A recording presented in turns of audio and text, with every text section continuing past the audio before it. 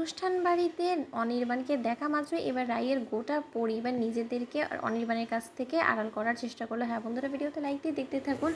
Coincidentally যখন অনির্বাণের সাথে রাইয়ের গোটা পরিবারের সেই নেমন্তন্ন বাড়িতে দেখা হয়েছে, ঠিক সেই সময় ঈশা বলতে থাকে যে অনিদা, তুমি নিশ্চয়ই অবাক হচ্ছ যে রাইয়ের গোটা পরিবার এখানে কী করছে। ঠিক সেই সময় অনির্বাণ অবাক দৃষ্টিতে ঈশার দিকে তাকিয়ে থাকে এবং বলতে থাকি যে ঈশা, আমি কিছু বুঝতে পারছি না, এখানে ঠিক কী হচ্ছে, আমাকে একটু খুলে বলবে। ঠিক সেই সময় ঈশা বলতে থাকে যে দেখো অনিদা, আমরা খুব ভালো করেই বুঝতে পেরে গিয়েছি যে আমাদের বাড়িতে যে আশ্রিতা রূপে অনামিকা আছে, যার নাম কিনা আমরা অনামিকা দিয়েছি, যে কিনা অঞ্জন এবং রঞ্জনের বোন, সে হলো কি আর কেউ না, তোমার সেই হারিয়ে যাওয়া রায়। আর আসল পরিচয় আমরা জানা মাত্রই আমরা এটাও জানতে পেরেছি যে তোমার সাথে ওর বিয়ে হয়েছিল এবং তোমাদের ডিভোর্স কেস চলছে। আর এই সব কিছু জানার পেছনে আমাদেরকে সাহায্য করেছে শুভদা অলরেডি সব কিছু জানে। আর আজকে আমরা রাইয়ের ও গোটা পরিবারের সাথে রাইকে মুখোমুখি করার জন্যই এই বিশেষ আয়োজনটা করেছি আমার শ্বশুরমশাই এবং শাশুড়ি মায়ের এই 40তম অ্যানিভার্সারি।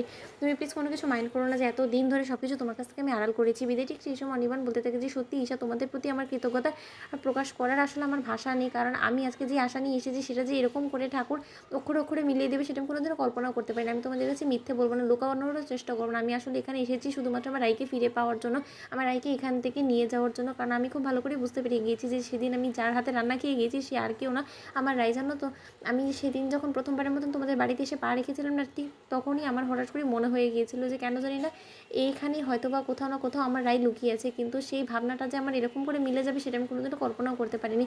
ঠিক সেই সময় রাইয়ের দাদাভাই ওর মাকে বলতে থাকে যে আচ্ছা মা, এই লম্পট লোকটা এখানে কী করছে বলো তো। এবার যদি অনির্বাণকে দেখে রাই উত্তেজিত হয়ে পড়ে, ওর যদি শরীর খারাপ করে দেয়, ও যদি আমাদেরকে চিনতে না পারে, তখন কি হবে বলো তো। ঠিক সেই সময়ই নীলাঞ্জনা অনির্বাণকে দেখে ঘাবড়ে যায় এবং বলতে থাকে যে সেরেছে। এবার যদি অনির্বাণ দা ওই গিফটের ডিডের সম্পর্কে আমাকে কোনো কিছু জিজ্ঞেস করে বসে, তখন আমি কী করবো, নিজেকে কী করে তার প্রশ্নমুখে বিধ্বস্ত হওয়া থেকে আমি রক্ষা করবো। ঠিক সেই সময়ই রায়ের বৌমনির পেছনে যখন নীলাঞ্জনা লুকোনোর চেষ্টা করতে থাকে, ঠিক সেই সময় রায়ের বৌমনি বলতে থাকে যে নীলাঞ্জনা, তোমার যে অপরাধে সকল সীমা অতিক্রম করেছে সেটা তো তুমি খুব ভালো করেই জানো, তাহলে নিজেকে আড়াল করে কী বা করবে বলো তো।